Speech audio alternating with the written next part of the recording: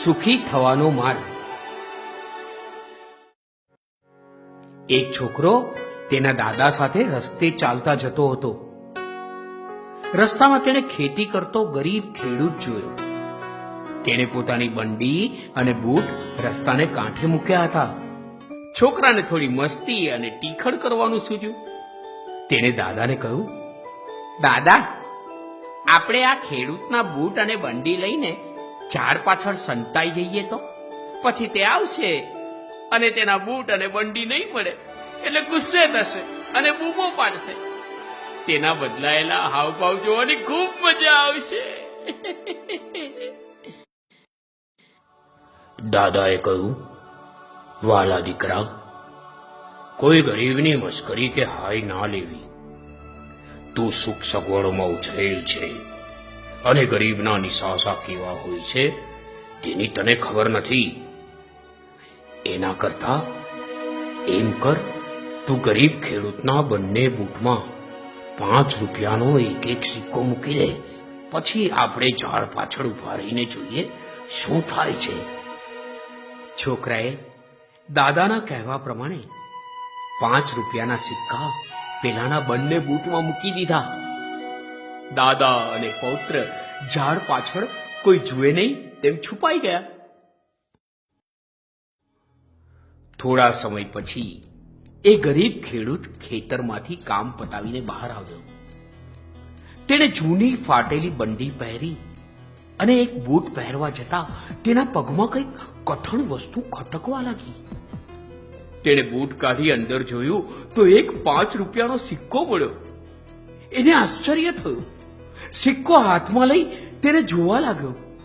પછી આજુબાજુ બધે નજર કરી પણ કંઈ દેખાયું નહીં. પછી બીજો બૂટ પહેરી ચાલવા જતા તેમાંથી પણ એક સિક્કો મળ્યો. હવે તેના આશ્ચર્યનો પાર ન રહ્યો. તે વિચારવા લાગ્યો કે આવી નિર્જન જગ્યામાં કોણ આ રૂપિયા મૂકી શકે. તે ઘૂંટણીએ પડીને ઉપર આકાશ તરફ જઈ મોટેથી કહેવા લાગ્યો, હે મહાન પરમેશ્વર, દયાના સાગર, તારી મોકલવાની રીત ખરેખર અદ્ભુત છે. જ્યારે મારે ખરેખર જરૂર હતી ત્યારે તે આ ભેટ સમયસર મોકલી આપી. મારા કુટુંબને મદદ કરવા બદલ તારો ખૂબ આભાર. જેની મારફતે તે આ ભેટ મોકલી છે તેમનો પણ આભાર. આમ ફરી ફરી ઈશ્વરનો આભાર માની તે મલકાતો ઘરે જવા ચાલી નીકળ્યો. તેના મુખ પર એક ગજબની પ્રસન્નતા હતી, જે ભાગ્યે જ કોઈ પૈસાદાર માણસના ચહેરા ઉપર જોવા મળે. તે છોકરો આ ખેડૂતની પ્રાર્થના અને આનંદ જોઈને ખૂબ જ ગદગદિત થઈ ગયો.